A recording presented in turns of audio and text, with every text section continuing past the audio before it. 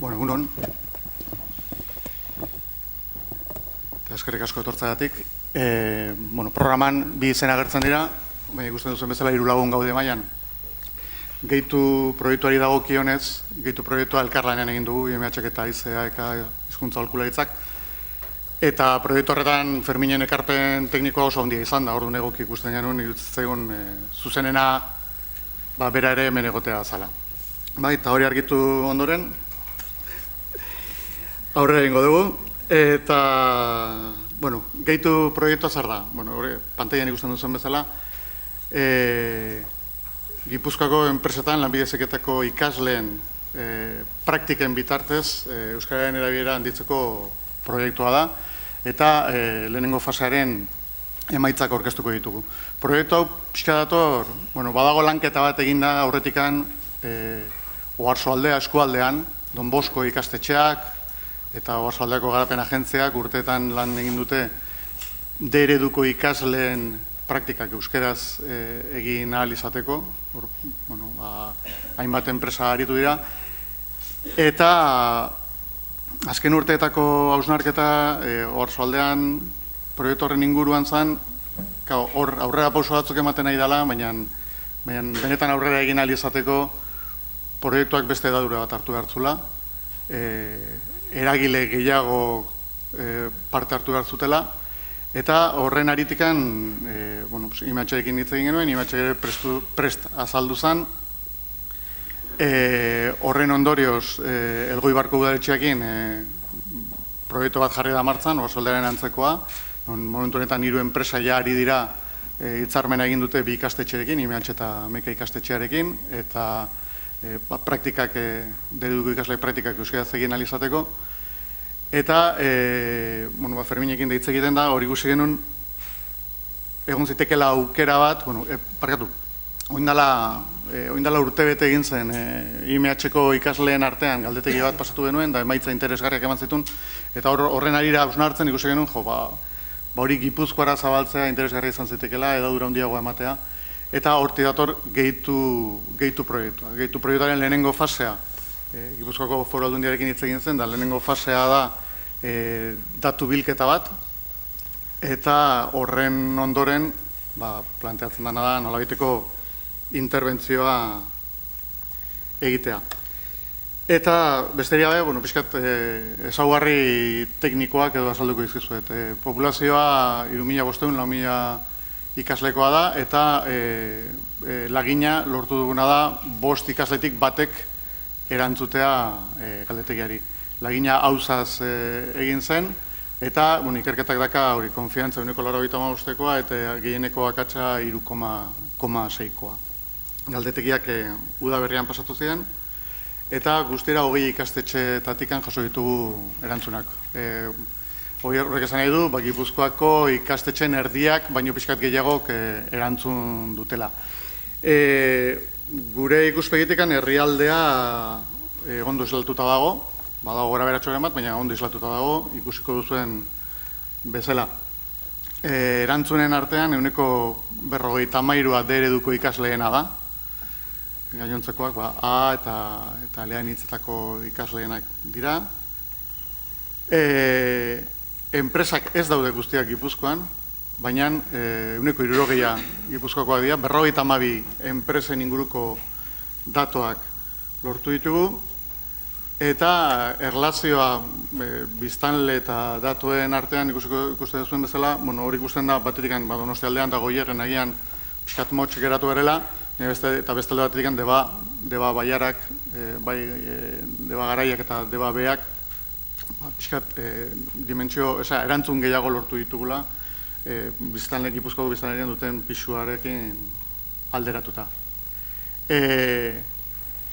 Inkestak lurraldearen arabera Gipuzkoa da nagusia, ikasleak Gipuzkoarrak dira nagusi.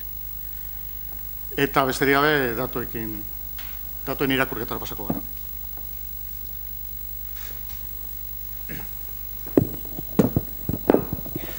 Txiki bat, hemengo diapositiboan hartzen dien datuak dira herriak. Enpresak zenbat herritan dauden, ez dira enpresa kopuruak, 711 ikasle dira aintzat hartu direnak laginean, eta 490 enpresa ezberdinetan jardun dabe. Enpresa horiek 52 enpresa 60 daude Gipuzkoan kokatuta. 52 herritan, herri ezberdinetan, beraz Gipuzkoan zehar oso ondo banatuta daude, beste 14 Bizkaian eta bar, baina Gipuzkoako dira herri ezberdina dira diapositiba honetan agertzen direnak. Datu zehatzei dagokienez, hiru maila hartu ditu inkestan, harrera zela egiten dan, enpresan, enpresako instruktorearekin, hemen diapositibetan tutorea hitza ikusiko duzu, instruktorea da eskolen izkeran, instruktorea zela harremana egindan, eta baita gero langileekin zein bezero hornitzaileekin.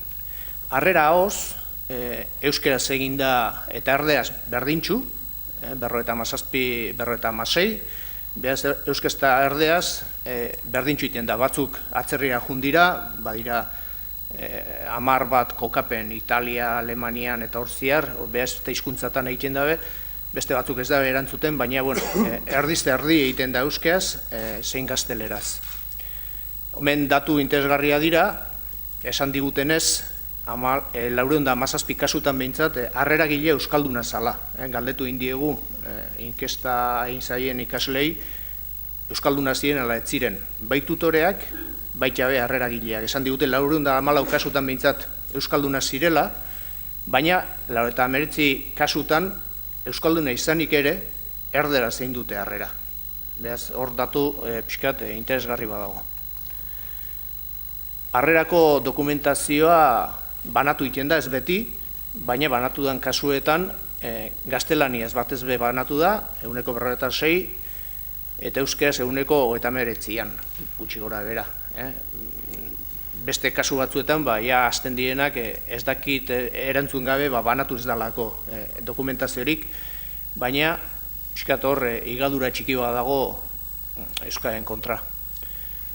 Tutoreekin euskaraz jardun duten, hau da, batez be, denbora luze batez, eurentzako kontaktua den pertsona, eta hemen ere, gazteleraz aritzen dira asko, euskaraz jarduten dute 118an, goratu ezazue, euskaraz harrera izan dela 57 ingurua 58, 10 puntu bera geisten da tutorearekin harremana. Formalagoa da harrera, tutorearekin ja laneko gora berak, laneko gauzak zea eta pixka bapateko tasun bat sartzen da, baina 10 puntutako bera egiten du. Hor ikusten dituzuen egunekoak aldagaian dira eskatu diegu 175etik gora euskaz ari diren, edo horti bera 4 mailatan banatu dugu erabilera. Guk aintzat hartu dugu 176, tarte horretan euskaz jardun dabela nagusiki eta euskaz isa soilik. Asko eta asko hori markatu dutenak, gero gazteleraz galdetu zaienian utxik utzi dutelako beren erantzuna. Beraz, gehienak hoietxe dira euskaz jardun dutenak. Egongo da 3-4 puntuko goraberia, baina zen lehike hori erantzun dutenak euskaz jardun dabela.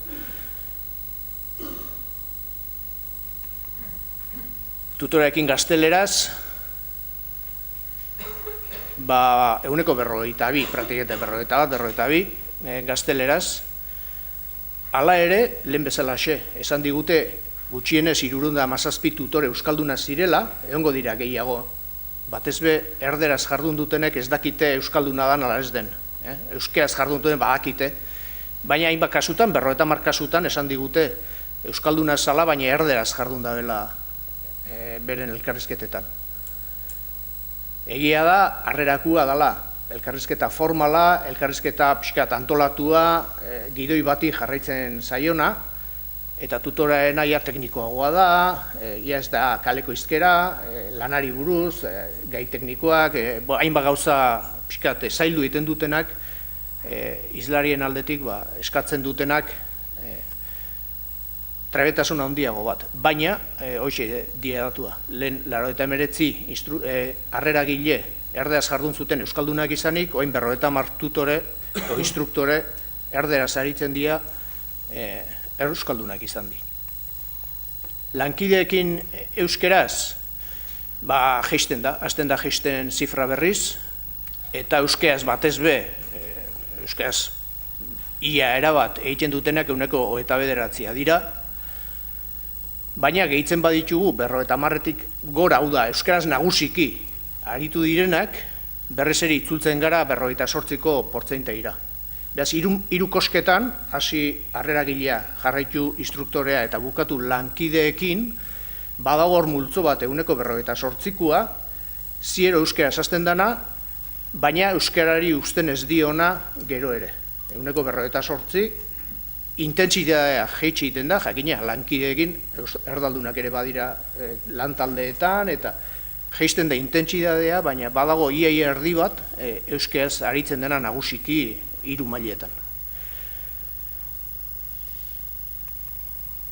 Bezero eta hornitzaileekin, erantzun gabeko asko daude, 300 bat, denek ez daukatelako hoiekin harremanik. Daukatenetatik, asko jeisten da euskararen erabilera, handitu egiten da beste hizkuntzen erabilera, ez diogu horri garrantzia handirik emongo. Laneko dokumentazioa euskeraz dagoen, hasiero euskeraz 122an dago dokumentazioa, ikaslei ematen zaien dokumentazioa.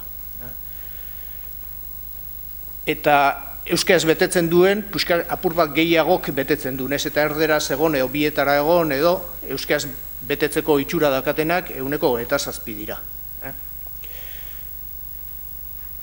58 jaso zuten euskarazko harrera, 27 idazten ditu bere agindua, bere dokumentuak euskaraz lanean.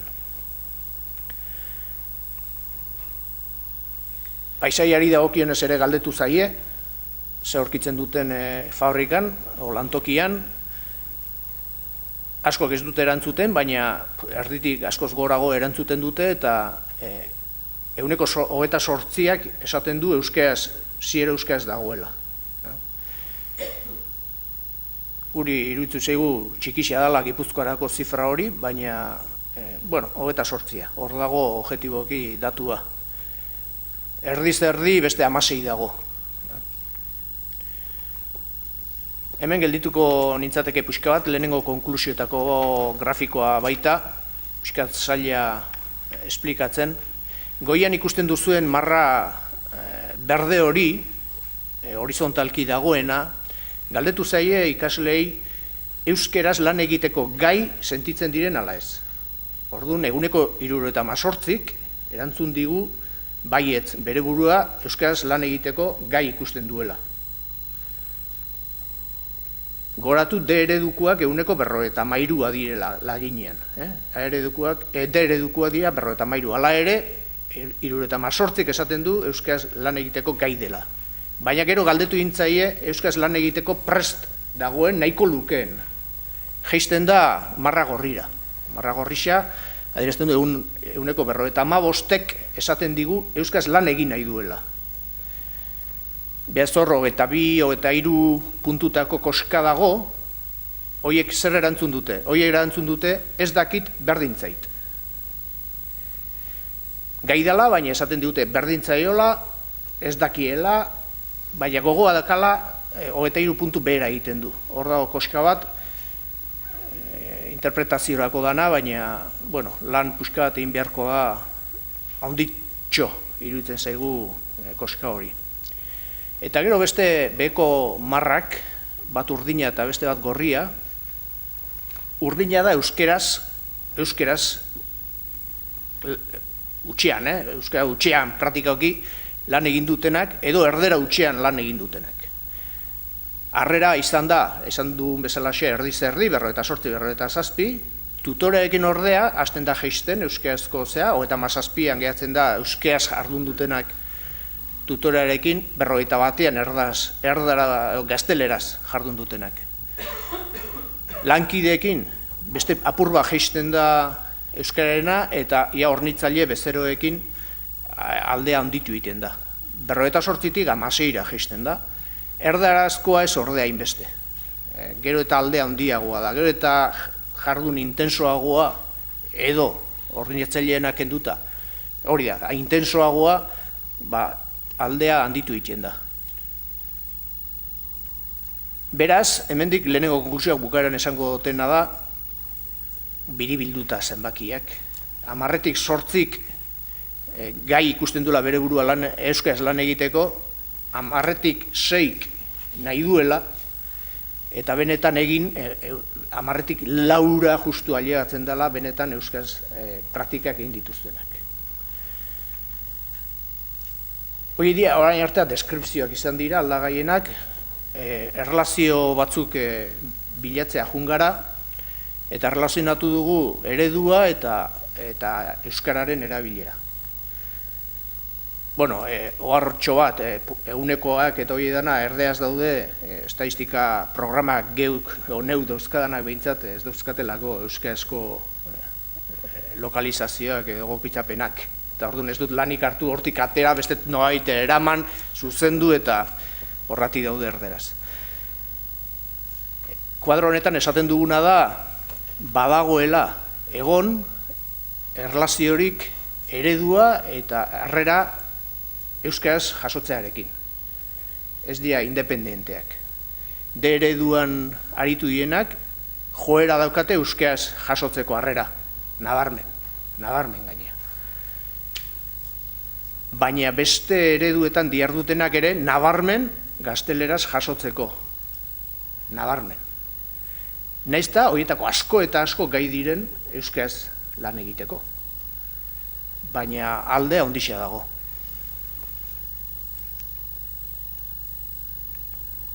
Tutorearekin zagertatzen da, zenbakiak okertu egiten dira. Badago, jarraitzen du egoten erlazio handia.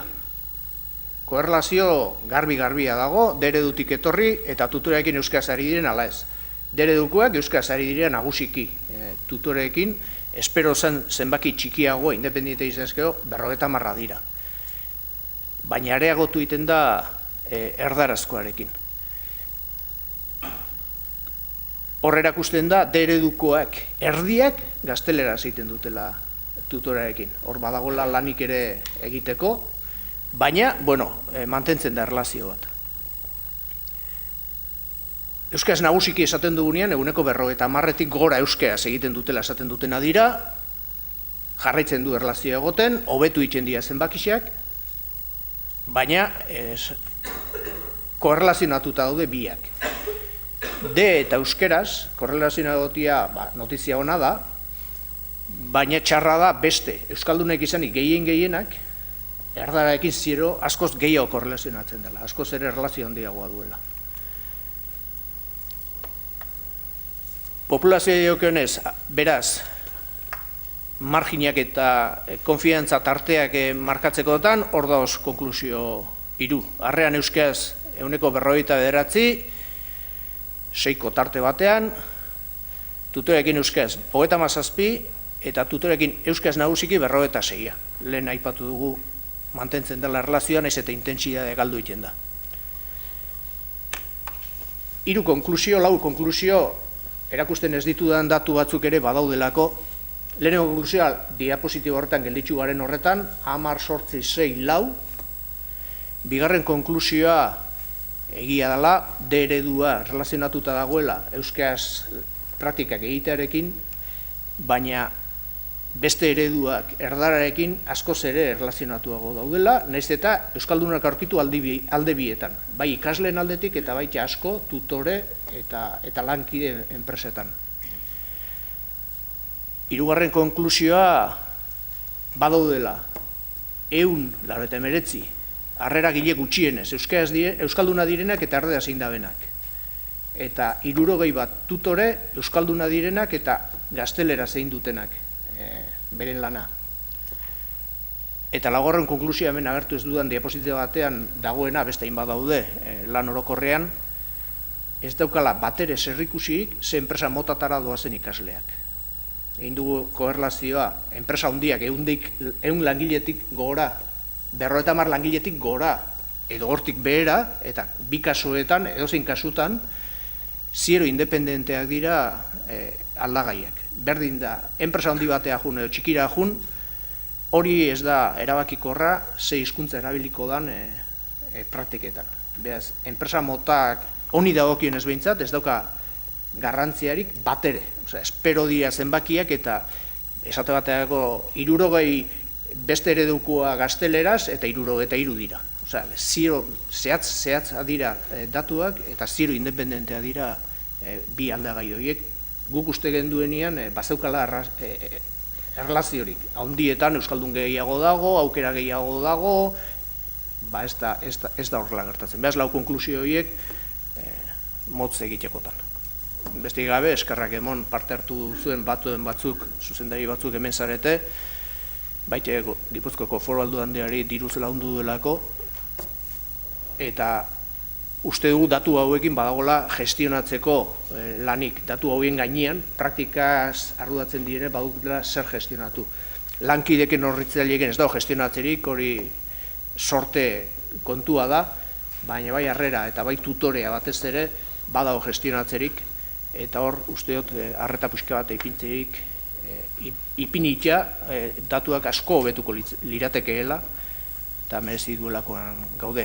Hurrengo urtean ere egiteko asmoa daukau, prinsipioz urte bat edo bitan jarraitzeko asmoa daukau, ea konfirmatzen diren datuak edo bestela ere eskola gehiago parte hartuz ere edo gestio batzuk eginez hobetzen diren, eta hitz egingo du hurrengo jardunaldian datorren urteko datu ez. Eskerrik asko.